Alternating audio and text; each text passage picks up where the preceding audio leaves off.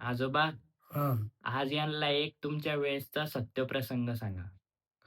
मी तुम्हाला ती घटना सांगणार आहे, ही माझ्या जीवनात घडलेली सत्य घटना असून, त्यावेळेस मी सन 1976 ला गव्हर्नमेंट बी.एड कॉलेज संभाजीनगर या ठिकाणी शिक्षण घेत होतो.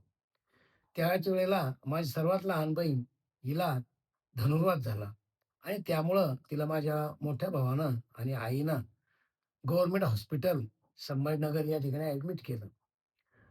गव्हर्नमेंट हॉस्पिटलपासून मी ज्या ठिकाणी राहत होतो, ते अंतर जवळपास 5 किलोमीटर दूर होतं. त्या काळात आम्हाला स्टोव्हवर हातानं स्वयंपाक करून जेवण करावं लागत असे. हाताने का बरं करायचे तुम्ही स्वयंपाक? कारण त्यावेळेला बहुतेकांची परिस्थिती खूप गरिबीची होती. मेसला द्यायला पैसे नव्हते. त्यामुळे आम्ही घरून धान्य आणायचो, डाळी आणायचो, थोडाफार भाजीपाला घ्यायचो आणि हाताने स्वयंपाक करून आमचं शिक्षण करत असो. तर मला त्या दोघांचा डबा रोज सकाळ संध्याकाळ मी डबा तयार करायचो आणि त्या दोघांचा डबा घेऊन 5 किलोमीटर पायी चालत जात असे. कारण बसला द्यायला सुद्धा पैसे नसत.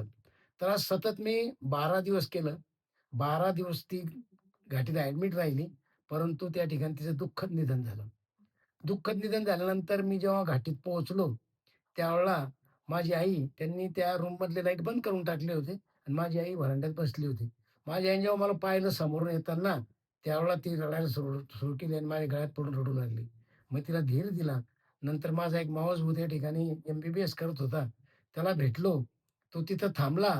त्यांनी डिस्चार्ज सर्टिफिकेट तयार केलं. तोपर्यंत मी शहागणमधून काली-पिली घेऊन आलो आणि माझ्या बहिणीला घेऊन पानवडीला मग आमच्या गावी गेलो आणि तिच्या त्या ठिकाणी अंत्यविधी केला.